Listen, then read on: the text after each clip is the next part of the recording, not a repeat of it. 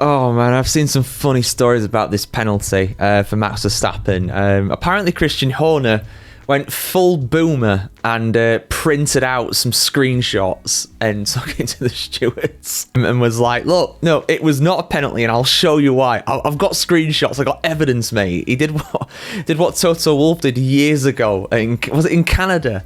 Just like, oh, you know, I've printed it out. I've printed it out. He said in a much better Austrian accent when I just managed them. But yeah, Red Bull have opted against officially protest. And of course, these teams will always protest penalties that are against them.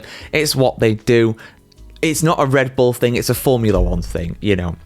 It's very rare that you'll get a team being like, you know what, yeah, fair enough, we deserve that 10-second penalty. No, they won't. They will never agree with it.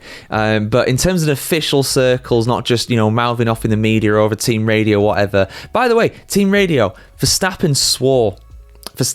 Now, I am not for 1 second saying that he should get a penalty. You know my thoughts on the swearing ban, but he did swear on the radio. I think he'll get away with it. And I know that they've loosen the regulation to say that if you swear in on the radio during the race, you'll be all right. That was against, or at least in response to him getting a penalty. Will he get a penalty for that? Will he get a fine? I severely hope not. But if he does, absolute chaos is going to break out. And we'll be here to cover it here on the channel, guys. Don't worry about that. But let's talk about the driving itself, because the more I look at it, the more I think that, yeah, Verstappen should have got a penalty here. And the stewards in their notes actually did say that normally we would give a 10-second penalty for this, but because it was the first corner of the first lap, we're going to give a 5-second penalty instead. And we can argue until we're blue in the face about whether Verstappen did the right thing or the wrong thing by keeping the position. There's a lot, and again, I've been watching and listening to quite a few different opinions on this, and I'm very much split, to be honest. You know, I think they knew they were going to get a penalty, but whether it was tactically correct to take the penalty or give that place back is very debatable. And I'll go into why at the end of the video. Let's just read through this first, guys. You know me and my long intros. This is probably the longest one of the lot. I reckon so. Top 5 at least. George Russell. Has to be. Red Bull will almost certainly not challenge the steward's decision to impose a controversial 5-second penalty on Max Verstappen. Title challengers Oscar Piastri and Verstappen went into turn 1 at Jeddah on Sunday side by side, with the Red Bull emerging with the lead after skipping across the chicane. I'm sticking to it. This corner belonged to me, new championship leader, and eventual race winner Oscar Piastri told Viaplay afterwards. I told myself I'm not giving way here. Everyone saw what happened next, the McLaren driver added. Piastri ultimately won the race, but by less than 5 seconds of the penalty. Verstappen was so furious that he completely refused to tell the media his thoughts. I don't care, the Dutchman told the Viaplay interviewer when told the world would like to know his thoughts. I don't want to talk about it. When asked why, Verstappen added, because I don't want to. Mom, I don't want to, alright? I don't want to talk about it. He doesn't want to talk about it because he don't want to get a fine. That's why. Because he knows he's going to swear. And I think anybody would. Again, I don't see a problem with it. I really don't. But yeah, Formula 1 be like that.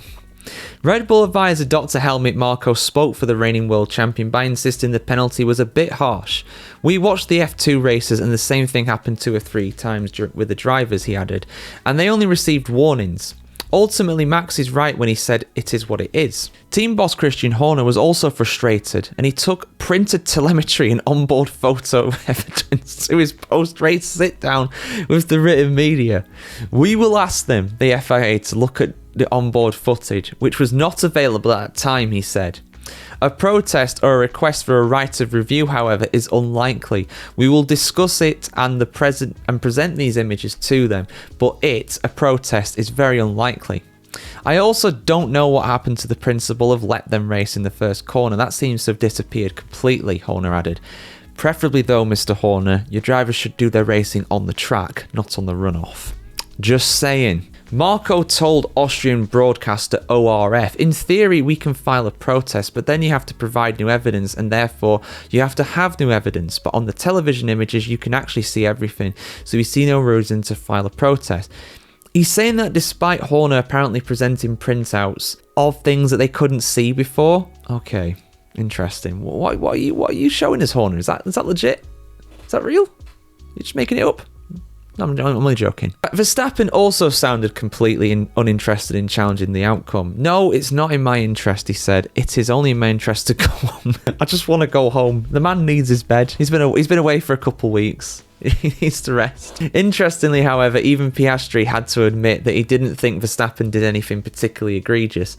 If it had been the other way around, me on that side instead of him, I probably would have looked identical to him, said the Australian. Similarly, Verstappen was also not critical of Piastri, who is now shaping up as his most likely challenger for the 2025 World Championship.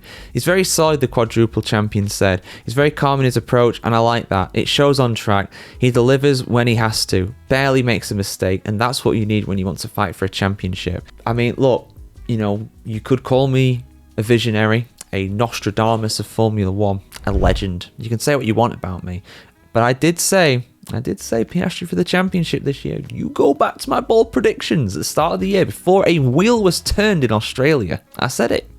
I didn't think it was likely, but I did say it. Long way to go, though. Long way to go. This championship is very, very far from sewn up. It is so tight at the top, particularly between those three. You can throw George Russell in the mix as well. He's been very consistent so far this season. So, yeah, for me, I think, it's 6 one, half a dozen the other, really, because I think Piastri is right. He would have done probably the same thing. It's just the way that first chicane is laid out in Jeddah. They need to sort it out. It doesn't promote overtaking. All it does is encourage cars on the inside to try and push the guy on the outside off. And I'm not saying that Piastri did that. But what I am saying is that if you're going to go down the inside, it's so hard to do it through that corner. One of you is going to have to yield. And the guy on the inside can't, because he's on full lock to the left. He can't go to the right because then he'd just drive into the other guy, and that's a penalty, rightfully so. So it's on the guy on the outside to actually make that space. And making that space while at speed, unfortunately, is very difficult. Now, I hinted at it in my race review, but for me, it is a slam dunk penalty for Max Verstappen, and there is previous for it. You look at Verstappen in 2021, did the same thing to Hamilton pretty much, but roles were reversed. I think anyway. Oh, no, he did skip across, didn't he? He did skip across, my bad. Yeah, no, roles were not reversed, it was the same. And he kept the position, and, he went off the track to do that. And you might say, oh, well, Verstappen was forced off. You could argue that, but the thing is, Piastri is long side. He can't give any more space than what he gave. He didn't try and take Verstappen off.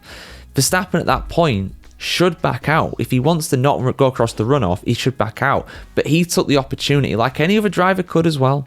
I could see Piastri or Norris doing this before anybody says, oh, McLaren British bias or whatever. Say what you want to say, but I think most drivers would have done probably the same thing if they're thinking smart about this sort of stuff.